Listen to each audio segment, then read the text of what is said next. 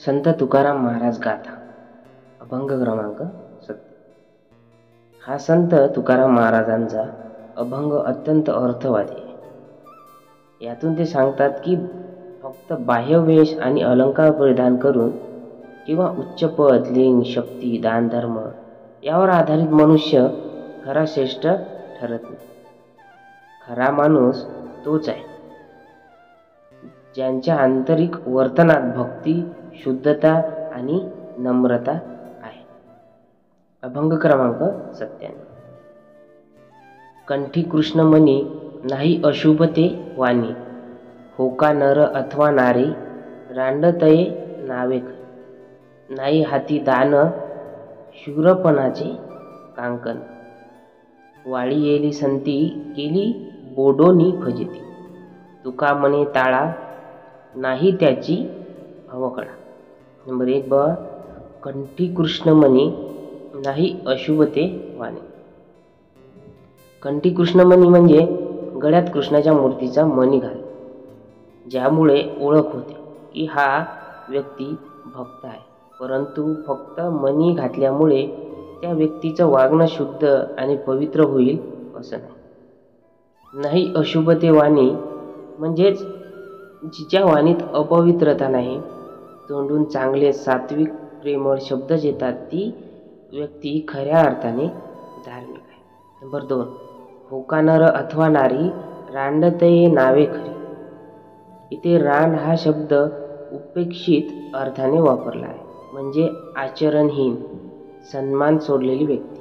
तुकाराम महाराज म्हणतात की कोणाही माणूस, तो पुरुष असो किंवा स्त्री, जर वर्तनाने सन्मान सोडला असेल तर त्या व्यक्तीला रांड म्हणणे योग्य ठरतं. माणसाच्या लिंगावरून नव्हे तर आचरणावरून त्याचं खरेपण ठरतं. नंबर 3, नाही हाती दान शूरपणाचे कांकन. म्हणजेच एखाद्या व्यक्तीच्या हातात दानाची ताकद नसेल, म्हणजे ती दान करत नाही किंवा ती शूर नसेल, तरीही यामुळे ती वाईट ठरत नाही. दान आणि शौर्य यामुळे माणसाची प्रतिष्ठा वाढू शकते, पण याचा अभाव असलेली व्यक्ती ही वाईट ठरत नाही, तो दोष नाही. नंबर 4, वाळी येली संती केली बोडोनी फजिती.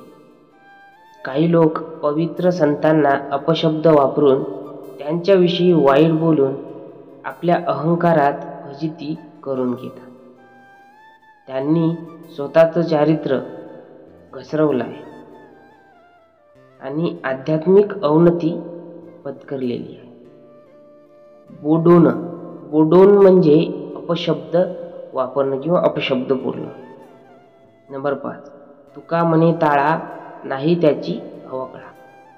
संत तुकाराम महाराज म्हणतात की ज्यांच्या वागणुकीत ताळतंत्र नाही, संयम नाही, तो कितीही बाह्यरित्या सजलेला असला तरी तो सुंदर वाटत नाही.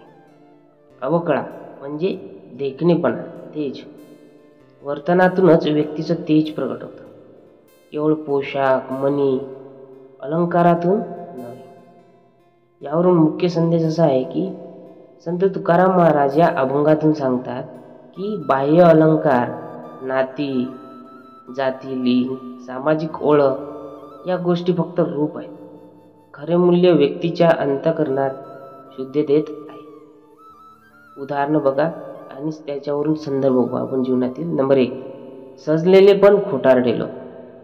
कधी कधी एखादी व्यक्ती शुद्ध पांढरे कपडे, गळ्यात रुद्राक्ष माळ, माथ्यावर टिकळा लावते, पण तिचं वर्तन अहंकारी, स्वार्थी, फसवे असते. अशा वेळी तिचं बाह्य देखणे पण उपयोगी ठरत नाही. नंबर 2, समाजातील आदर्शवान. एक सामान्य गृहस्थ जो रोज व्यवहारात, कामात गुंतलेला आहे, पण तो सत्य बोलतो, दुसऱ्याशी नम्र बोलतो, मदत करतो, तोच खरा भक्त. नंबर 3, संतांचे उपहास करणार.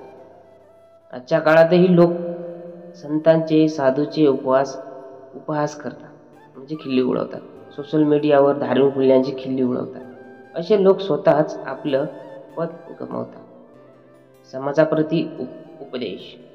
फक्त पोशाख, माळा, टिळा, जात, धर्मावरून व्यक्तीचा दर्जा ठरत नाही.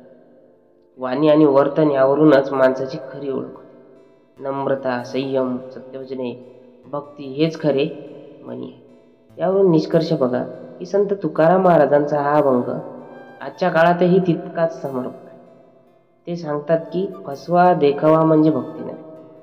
माणूस कोण आहे हे त्यांच्या वाणी व वर्तनातून कळतं. कोणाची जात, लिंग, अधिकार, शक्ती या गोष्टी गौण आहेत. खरा ताळा म्हणजे संयम आणि नम्रता यामध्ये आहे. भक्ती ही आंतरिक ऊर्जेने ओतप्रोत असते. ती वस्त्रामुळे किंवा गळ्यातील माळेमुळे ओळखता येत नाही. रामकृष्ण हरी. मित्रांनो, व्हिडिओ आवडला असेल तर प्लीज कमेंट्स करा आणि आपल्या मित्रांना पण शेअर करा आणि आपल्या बेल आयकॉनला नक्की दाबा, जेणेकरून आपण जे व्हिडिओ टाकेल ते तुम्हाला सगळ्यात आधी तुमच्यापर्यंत पोहोचेल. धन्यवाद.